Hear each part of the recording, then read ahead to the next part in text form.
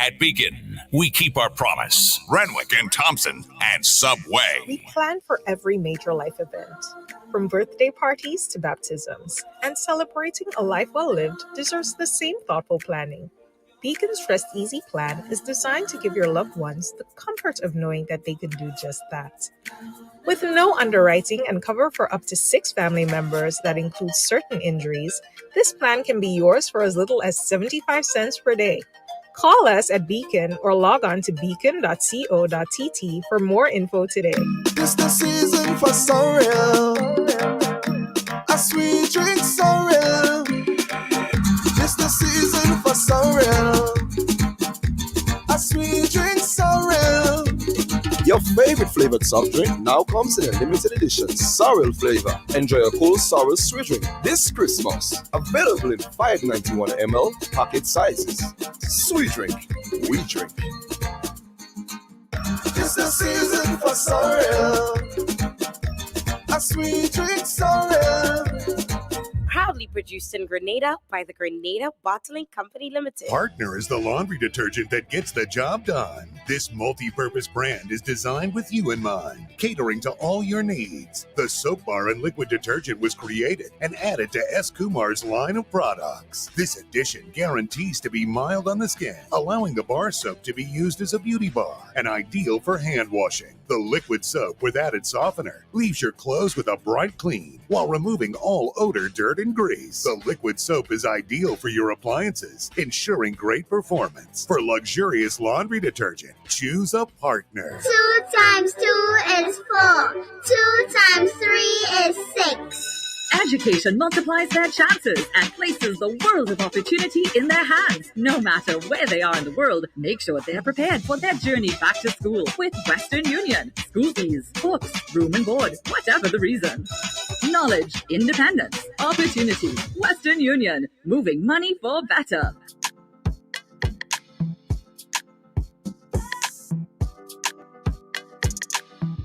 Good morning, everyone. Oops, I think I got my volume up. Yeah. Good morning, everyone. Welcome back. Welcome to the ladies' room for today, Tuesday, December 7th. Are you guys aware that we got only 17 more days until it's Christmas? Like 7 days until it's Christmas. I mean, I feel like I celebrated Christmas last week, just the other day, and here we are, at almost the end of another year. It's crazy. I mean, feeling like 2021 literally started yesterday, and here we are, about to wrap up another year. And with only 17 more days, hope the preparations are coming along. I said someone was asking me how it's shaping. I have not seen the shape as yet, but hopefully when it gets here, we'll make the best of it. Not about to stress myself, and I hope you're not about to do the same. Just take everything in stride. Don't worry and hurt your head about having this, having that, new this, new that. With this unpredictable times that we live in, just gotta be, cognizant of that fact. Always gotta be in preparation mode. Don't go crazy. I know we love, throwing out stuff and getting new stuff and stocking and, doing all sorts of things around Christmas time. But we just gotta, pace ourselves. Alrighty, but hope everything is coming along nicely. Good morning, Christelle, Akira, Debbie, Crony. Good morning, Andrea, Rhonda. Good morning, Lydia. Good morning, Karen, Bailey. Good morning. Hey, Zavid. Good morning, Brian. Always a pleasure having the men in the room. Listen, if I don't get anything else, as long as I have my salt ham, I'm good.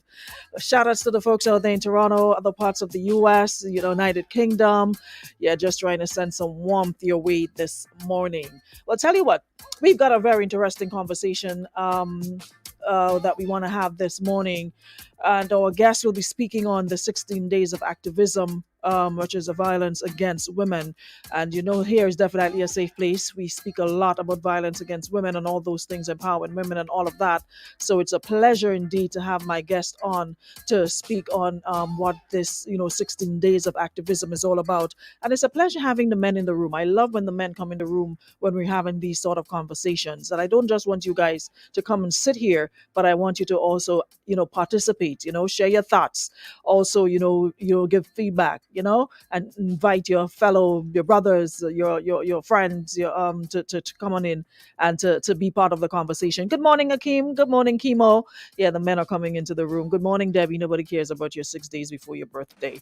Alrighty. So good morning. Good morning to my guest. Good morning. How you pronounce your name? Jacinta? No. How you Good pronounce it? morning, Aruna. My name is Jicinta Alexis. G. Hmm.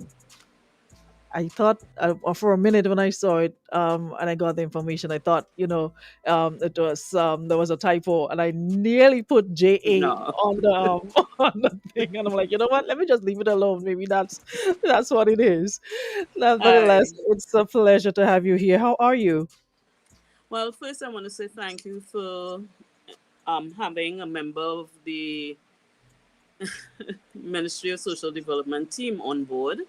And this morning I'm doing the best I can with what we're working with. So, in other words, I'm really blessed. Wonderful.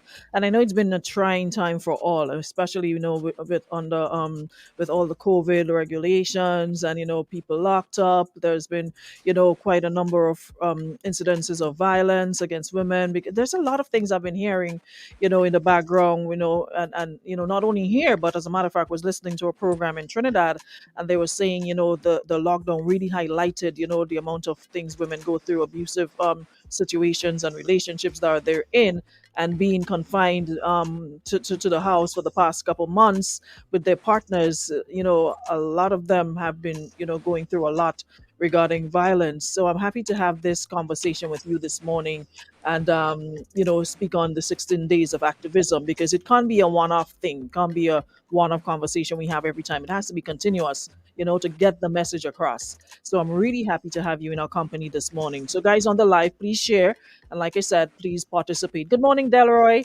Delroy says hi.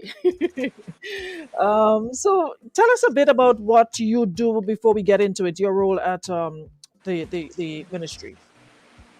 Okay, so I am the gender analyst and I am currently the acting senior program officer for the Division of Gender and Family Affairs within the Ministry of Social Development, Housing and Community Empowerment.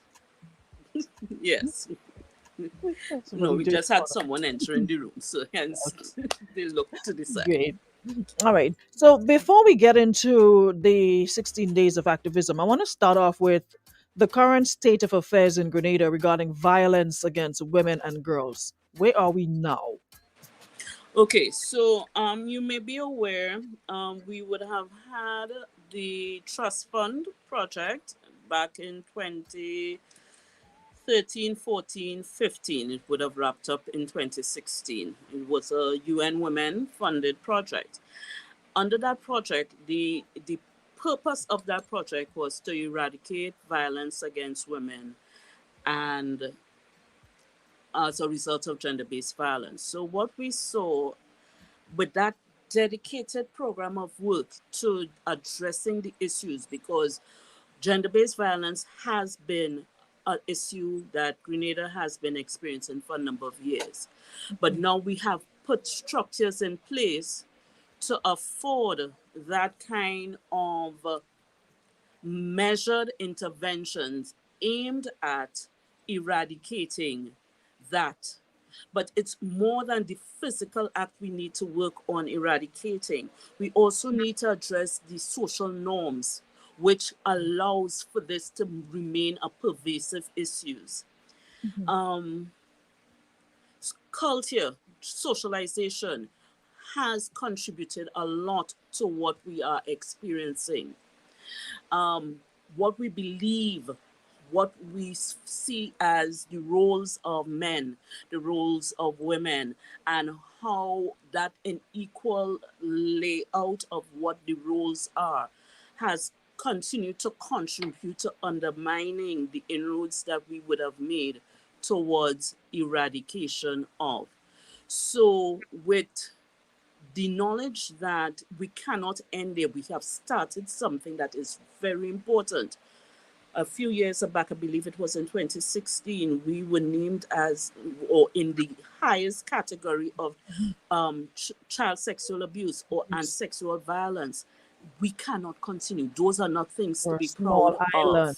of. Hmm. It cannot be things that we are proud of. So we need to be the change that we want to see changing. Now, where do we start with that change? Where do we start? Where do we go from here?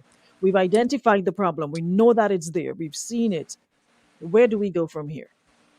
One of the things, the key pressing things we need to keep addressing and keep going in making those inroads would be addressing the whole um, social norms, these normative behaviors.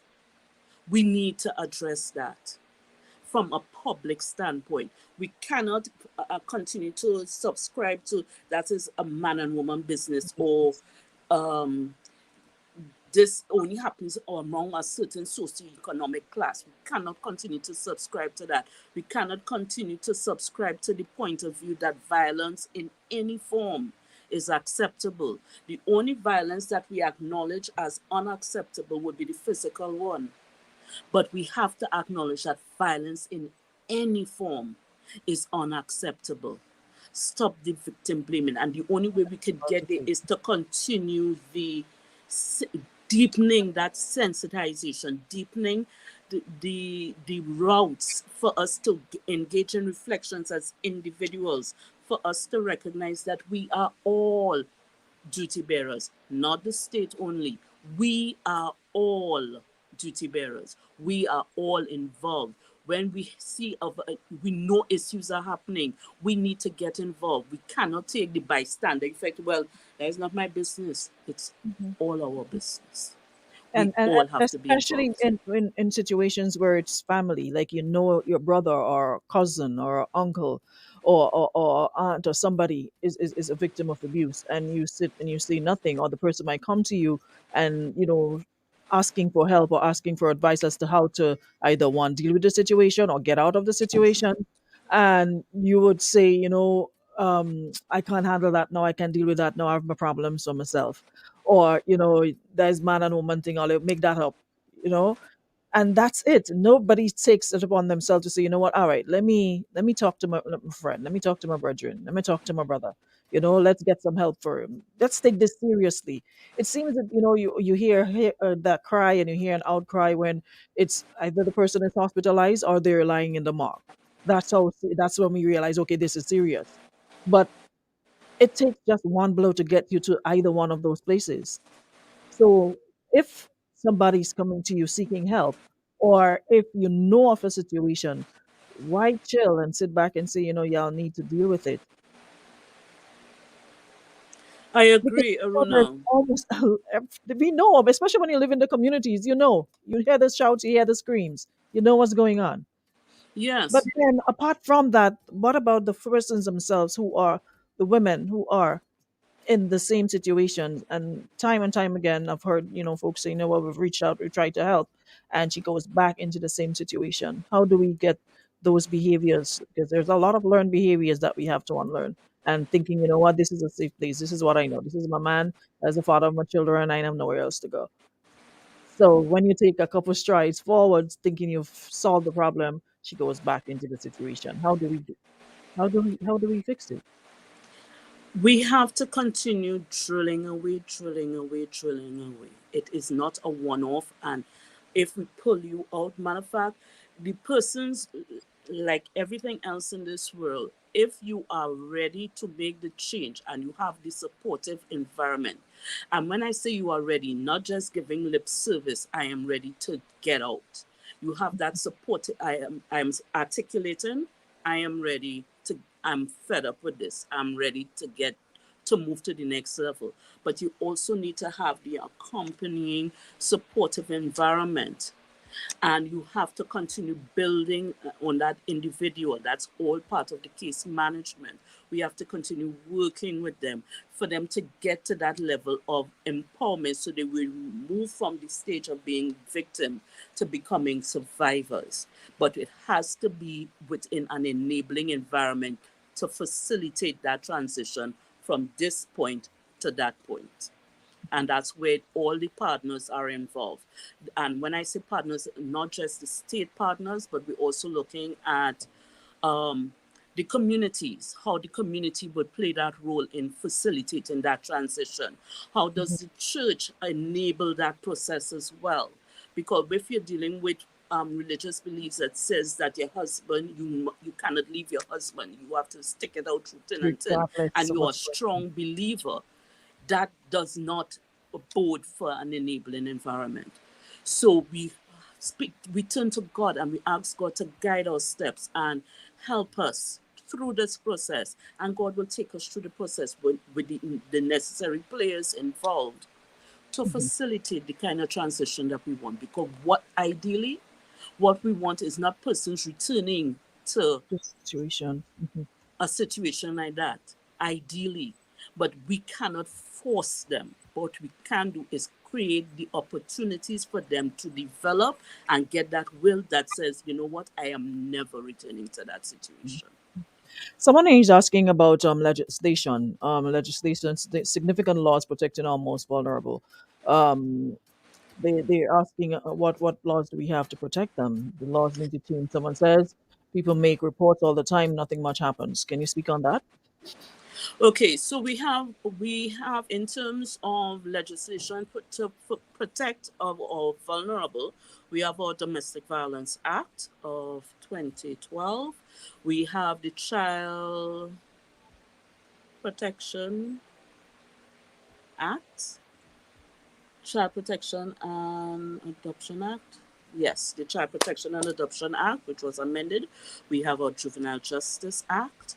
We also have our Criminal Code, which is the teeth behind these acts that allows for that legislative space for us to um, provide the legal interventions required for um, victims of violence. In terms of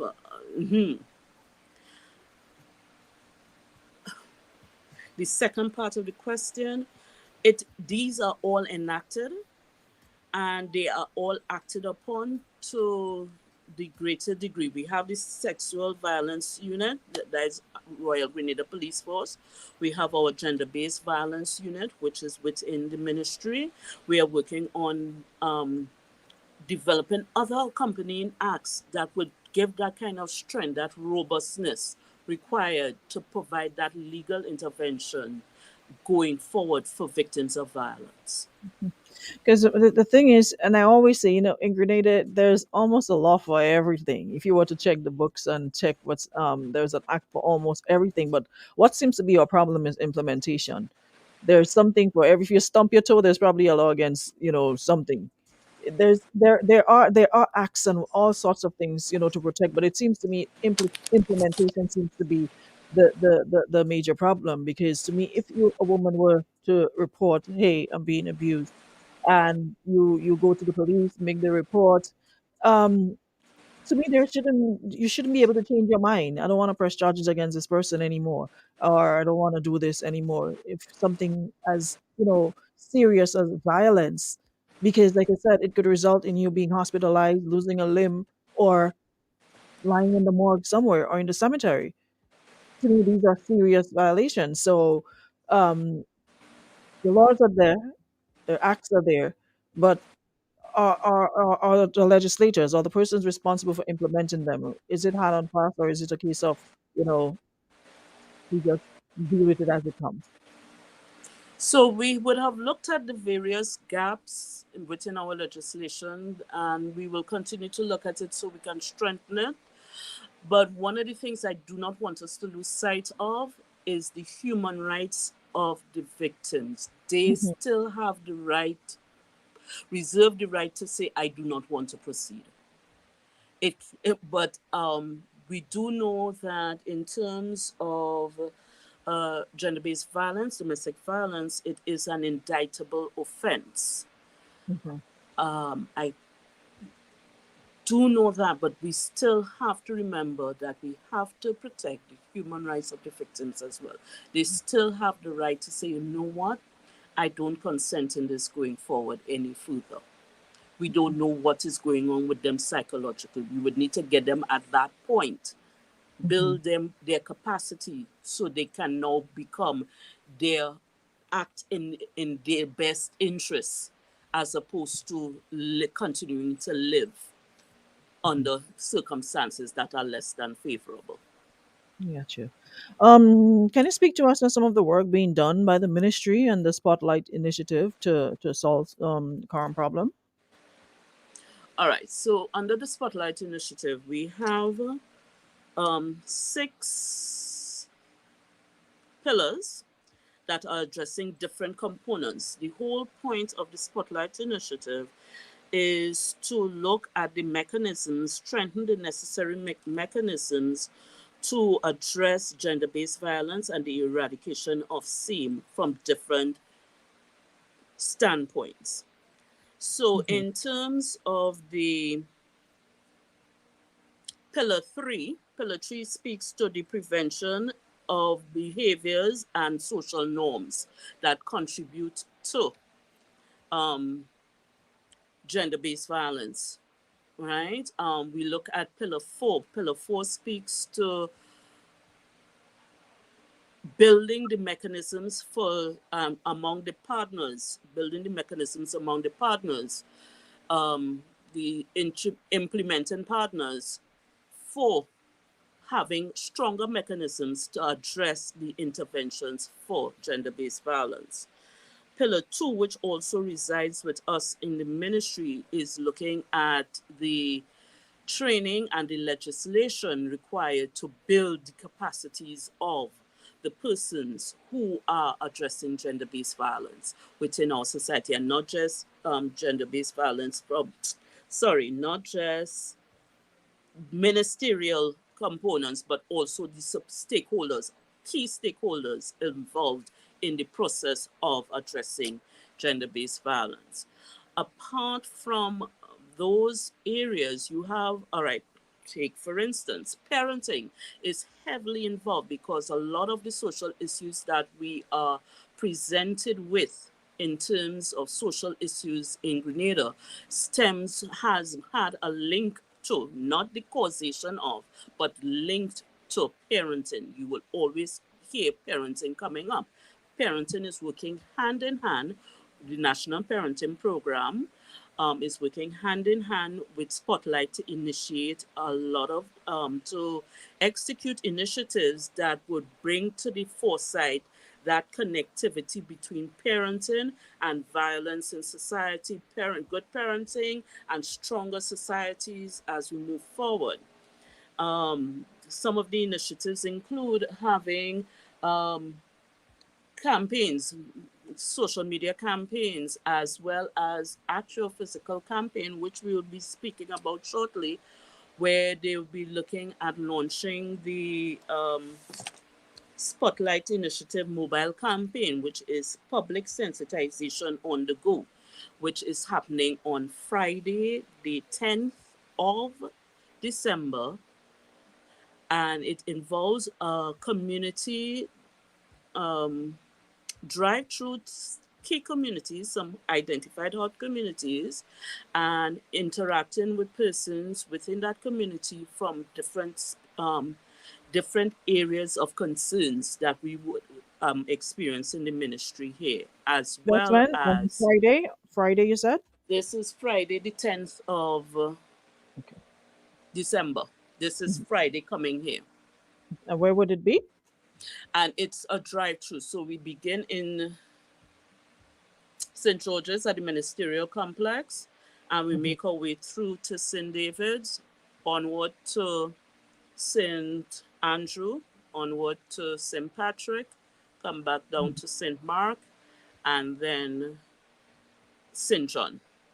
Okay. So it's Now it's part of the 16 days of activism. and What this is other part of the 16 days, yes. yeah? So tell us a bit more about that and what other activities you held. The 16 days started as a result of an international drive to have a coordinated event to globally to push for um, advocacy against violence against women and girls. So Mm-hmm. that would have started on the 25th of November, which was the kickoff day. Mm-hmm. And then it ends on the 10th of 10. December, which is International Human Rights Day. So the first day, the 25th, is the day to protest violence against women. Mm-hmm. The first was the World AIDS Day. The third would have been the International Day of Persons with Disabilities. The Mm-hmm. sixth was, which was yesterday, and there was a campaign conducted by the Soroptimist International Grenada in the Mm-hmm. Esplanade Mall, protesting a silent protest against the Montreal massacre to commemorate that. And then on the 10th, we are launching, which is International Human Rights Day, we are launching the Spotlight Initiative mobile campaign. We have also partnered with, we brought on board Grenada National Council for the Disabled as part of this initiative, because as we have come to realize and as has been reported, women with disabilities have a very high likelihood of experiencing a violence, Abuse. domestic violence, because, and they're targeted, sexual violence, they're targeted because they are perceived as easy prey. So Wow. we needed to have that kind of collaboration. We also will have the men's desk as part of this, because men are our partners in this initiative. Mm-hmm. Mm-hmm. We have to recognize them as the partners. In if we are going to change the game, if we are going to change the outcomes, we need to enlist and not in a token way, but in a real way, have the men on board as partners. We have the parenting unit also part of this initiative on the 10th, because we want to also appeal to our parents when our the children are also victims of violence. They are the secondary, the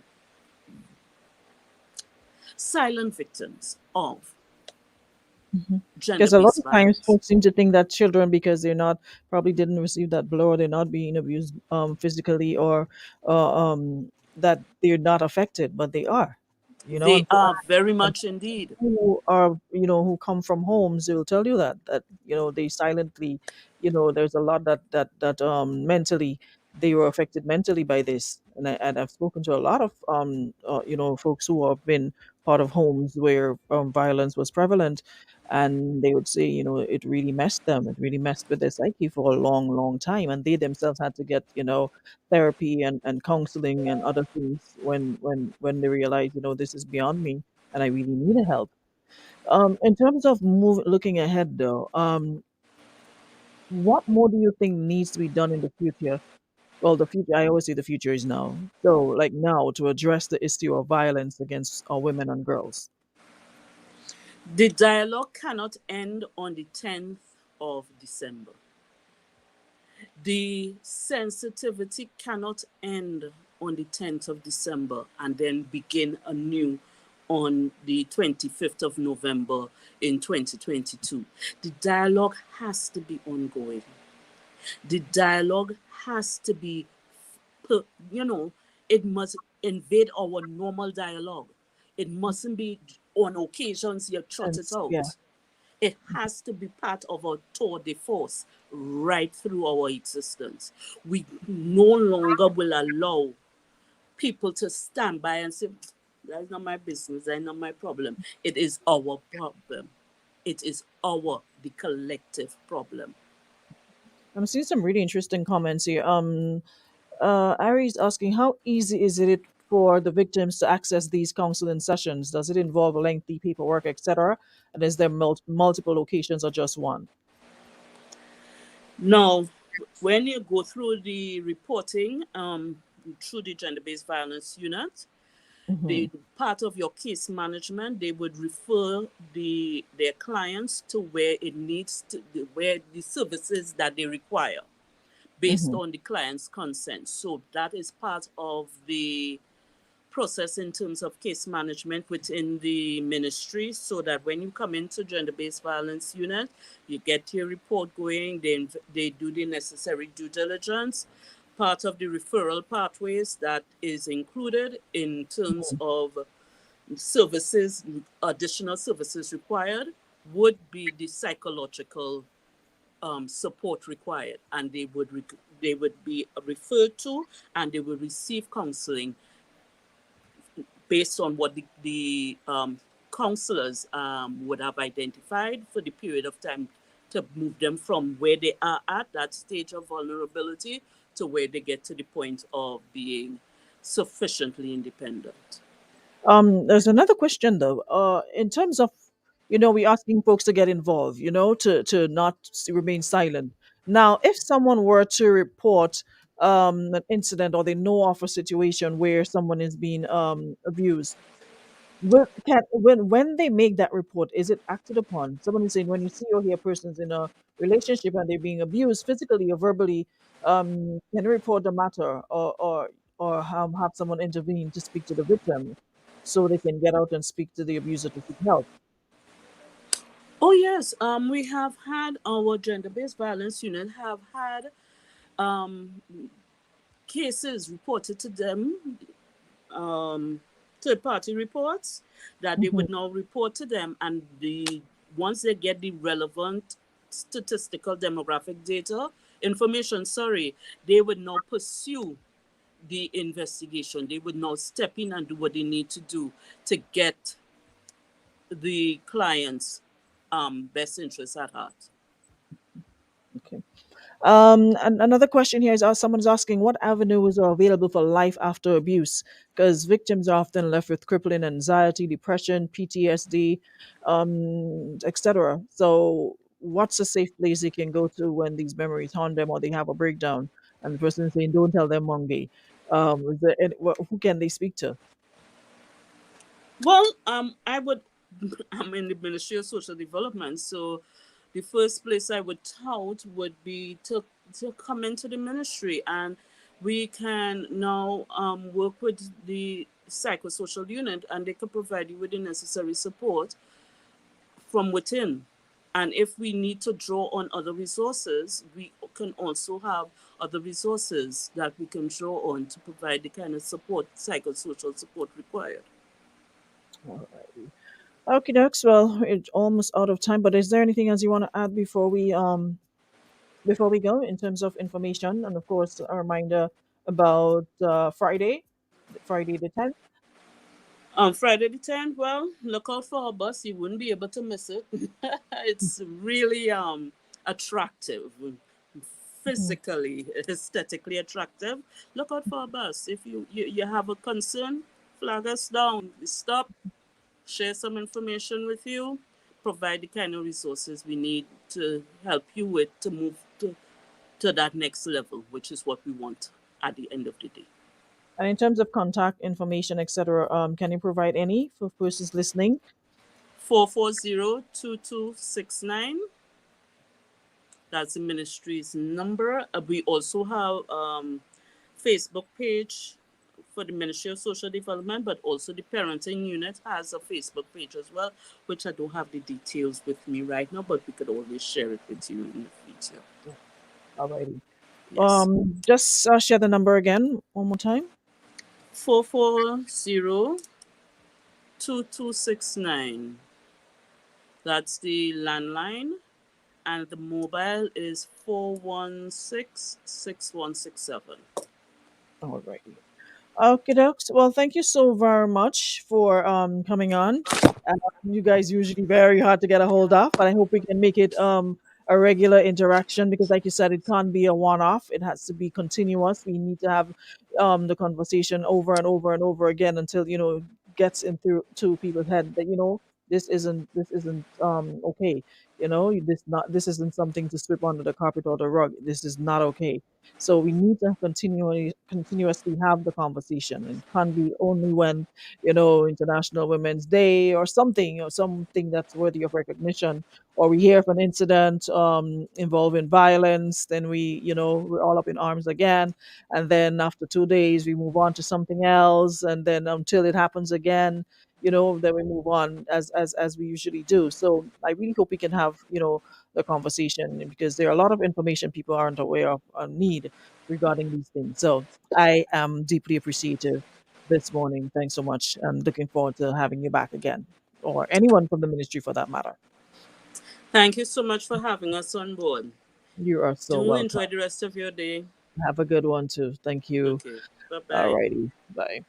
So, looking forward to having, more interaction with the Ministry of Social Services, because, like I said, there's a lot of information that needs to be disseminated. And like we always say, the ladies' room, it's a place to come to have these conversations.